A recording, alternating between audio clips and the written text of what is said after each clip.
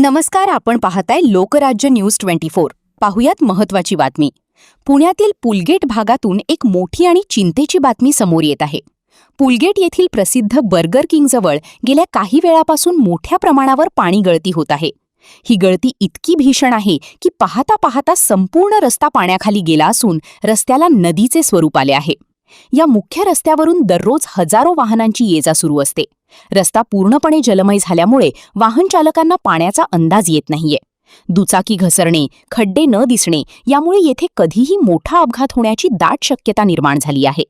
स्थानिक नागरिक आणि वाहन चालकांकडून तीव्र संताप व्यक्त केला जात आहे। प्रशासनाच्या या ढिसाळ कारभारामुळे लाखो लिटर पिण्याचे पाणी तर वाया जातच आहेच, पण सोबतच सर्वसामान्यांच्या जीवालाही धोका निर्माण झाला आहे।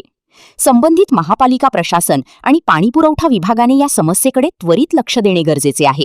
ही पाणीगळती तातडीने थांबवून रस्ता मोकळा करावा, अन्यथा येथे एखाद्या मोठ्या अपघाताची वाट प्रशासन पाहत आहे का, असा संतप्त सवाल नागरिक विचारत आहेत।